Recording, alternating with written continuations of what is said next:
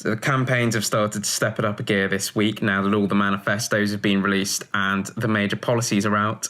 Most coverage over the weekend was spent on the Conservative flagship policy of the dementia tax, or the death tax. It doesn't sound like a great name. Unfortunately, the policy itself isn't much better. I won't pretend to understand all the ins and outs, but part of the failure lies in the Conservatives' ambiguity, and I don't think that they've explained it very well. The policy itself is open to interpretation, but I think the general idea is that it transitions away from the state paying for social care to individuals themselves paying for social care. The problem is, it's only for some conditions that you would need a lot more social care than others, for example, dementia. If, for instance, you have gotten cancer, I think you'd expect the NHS to treat you, and rightfully so, really.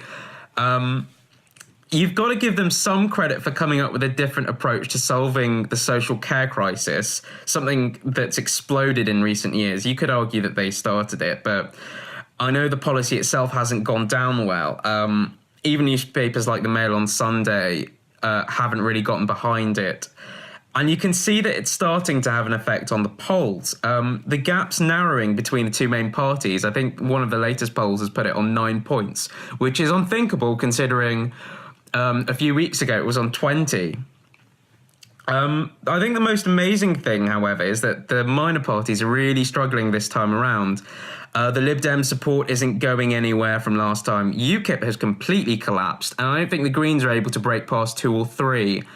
I can't really say that it's the policies that explains that. I think many good Labour policies, for example, have been taken from the Green Party, stuff like free education and free school meals. As with the Lib Dems. I think the Lib Dems, for example, their pledge to legalise marijuana is quite popular. I mean, you can argue whether it's right or not, but people do support that. However, it seems like we're getting a bit more tribal and a bit more tactical. We're kind of splitting between red and blue again. It's crazy, for example, to think that Labour could win a higher percentage of the vote share than their victory in 2005. And still lose heavily. All I can say at this stage is that since it is the last day to register to vote, that you go ahead and do so. I didn't expect this election to be that exciting at first. I thought it was going to be a wipeout. It might still be a wipeout, but it's turning out to be very interesting indeed.